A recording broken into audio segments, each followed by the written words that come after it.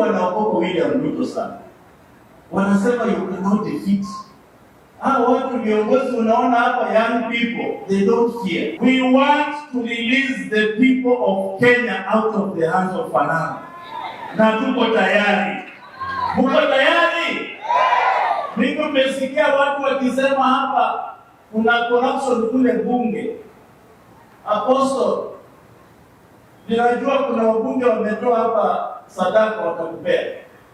I want to add my own money, 100,000, for you to buy this. Nataka hizi vitambaa ununue ile inatoshana na 100,000 na kupea leo. 349 ulete kule bungeni. 67 upeleke kule Senate. 300 upeleke kule judiciary. Amen. Alafu Apostle ununue 10,000 upeleke pale State House.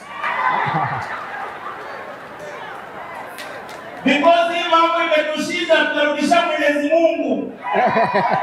Hii mambo ya corruption, we are returning on the altar of God. Wakuje kule bunge kwa sababu hatujui. Kila mtu anasema huyu ndio mwizi, ule mwizi zaidi anasema huyu ndio mwizi. Wamechanganya. We don't know who is who. Na sisi tunafuta ule mtu atupere. Tunasema Apostle, we have a tower of corruption that has been built in this country. Na hiyo tower, we want to know who is the contractor, who is the architect, who is the plumber, and who is the chief engineer, or who is the quantity surveyor, and who is the mechanical engineer. Kwa sababu huyo mtu ndio bado anatuimbia mambo ya corruption. Apostle, hii kitambe tusaidie.